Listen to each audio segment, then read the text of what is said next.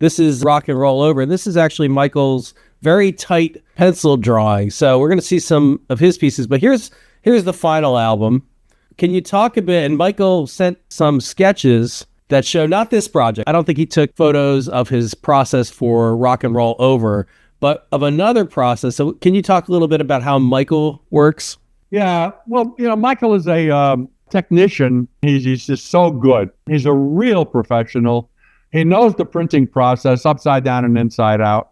So when he's designing, he's already 9 steps ahead of a lot of other people that may be. Some people would say, oh, I don't know, make this red. Here's a sample of the red I want, but not Michael. He was very astute, very knowledgeable. This is a job he did for a Japanese project. And he told me that when he did Rock and Roll Over for me, that this was his own inspiration. He wanted to do it like this, and he sure did. So if you look at it, you can see the similarities. There you go.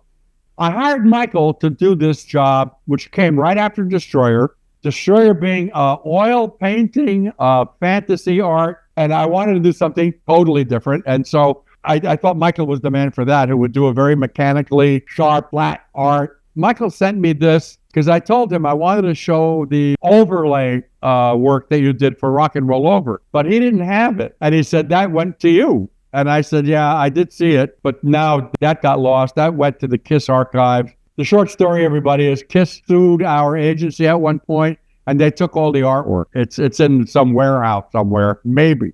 So he sent me this instead, which shows from his original very loose pencil doodle on tracing paper to his tight drawing. This, yeah, there it is, loose as can be, to this. And look at that thing. That's all done very precisely. So then he went over that with black ink, right? And this is just one of the layers. There's other layers, that show for different colors and what have you, all broken down. And then on his overlay, on his tracing paper overlay, we call this thing a color break, which is short for color breakdown. And you can see his instructions to the printer, stuff I was talking about before, giving percentages.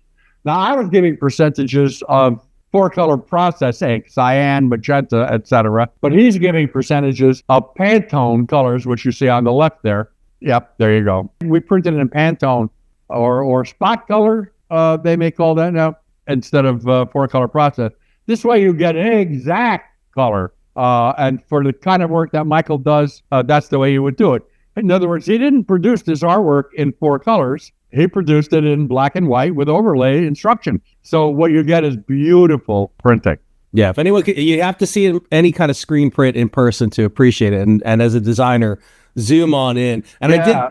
I did. Hey. So I recreated a separation, like a manual separation process like Michael did, which apparently, this is just me. Yeah, this is just me. Michael did this job on acetate overlays for each color with ink. We had acetate back then called prepared acetate. And so you could draw on it with a rapidograph or any other ink onto the acetate, and it wouldn't bubble up or crawl like it would on regular acetate. You couldn't do it. But this prepared acetate, you could draw on it and it would stay put. So he did many overlays. They all had to be registered so that when they were printed, they would go in the right position and not shift. Besides being a fantastic designer and artist, he's a fantastic technician. The initial run was printed not in 4-color CMYK process, but was printed with spot color. On a 6-color press, not a 4-color press. And that's very, very, very unusual. You can see these presses are modular. So these are what they call stations.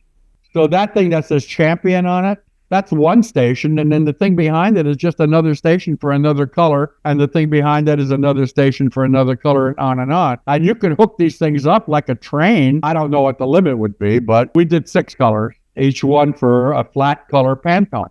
And that was quite unusual in the mid-'70s, correct? Very unusual, actually a technical achievement.